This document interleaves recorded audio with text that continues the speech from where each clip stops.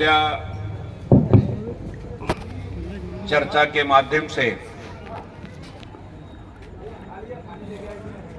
बाबा ताजुद्दीन चौक परिसर में शिवसेना की ओर से इस कार्यक्रम में मुख्य अतिथि के रूप में शिवसेना के वरिष्ठ नेता माजी खासदार प्रकाश भाऊ जाधव साहब, शिवसेना के महिला संगठिका शिल्पाताई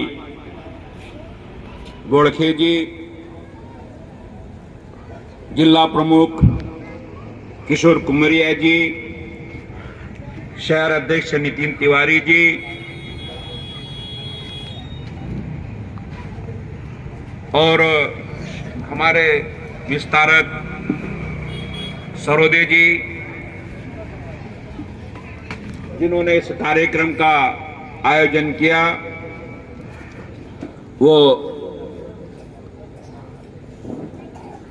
उप जिला प्रमुख मनोज साहू जी और उनके साथ में सारे उपस्थित शिव सैनिक भाइयों तथा बहनों। मेरे पूर्व वक्ताओं ने आप लोगों को बहुत सारी जानकारी दी, लेकिन मैं बताना चाहूंगा कि शिवसेना जिन राजा के नाम से चलती है उस राजा का नाम है छत्रपति शिवाजी महाराज।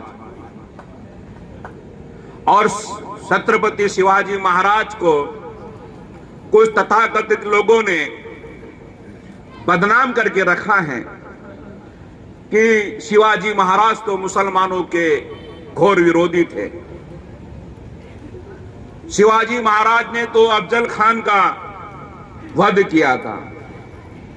लेकिन मैं बता देना चाहता हूं साथियों कि उस जमाने में जो लड़ाई थी वो जाति और धर्म की नहीं थी, वो राजपाट की लड़ाई थी, सिंहासन की लड़ाई थी, उसमें कोई जाति भेद नहीं था। मैं बताना चाहूंगा कि औरंगजेब के फौज में हजारों हिंदू थे।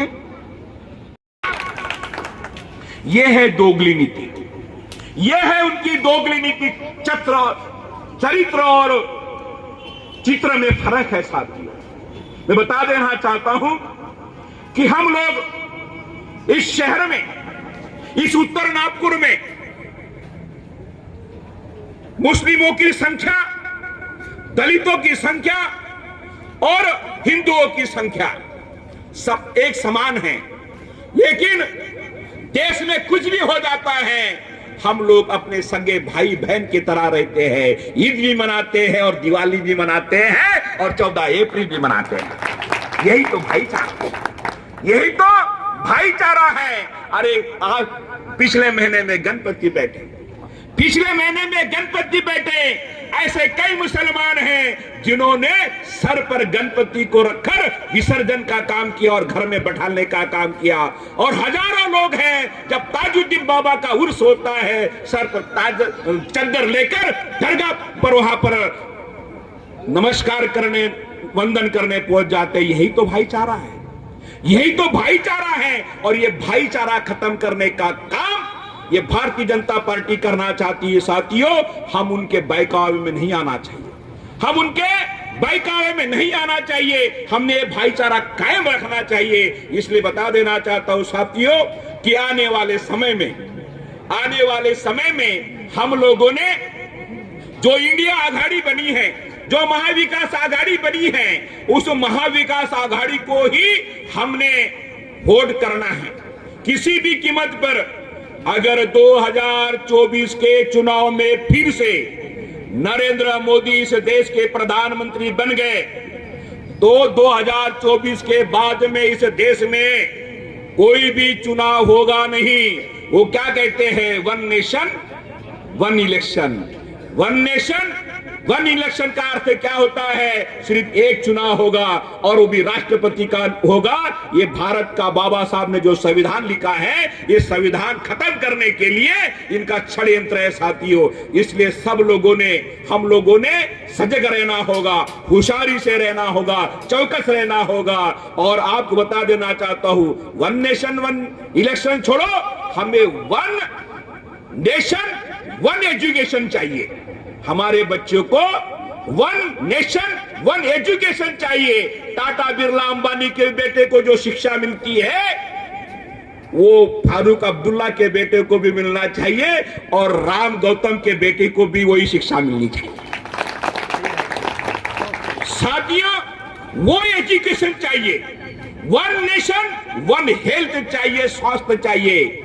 टाटा बिरला अंबानी के बेटे को भी जो दवाई उपलब्ध होती है, स्वास्थ्य उपलब्ध होता है, वो गरीब से गरीब बेटे को भी होना चाहिए। यही तो शिवसेना की संकल्पना है, यही तो शिवसेना की डिमांड है। और 2.5 साल उद्धव ठाकरे साहब महाराष्ट्र के मुख्यमंत्री थे साथियों।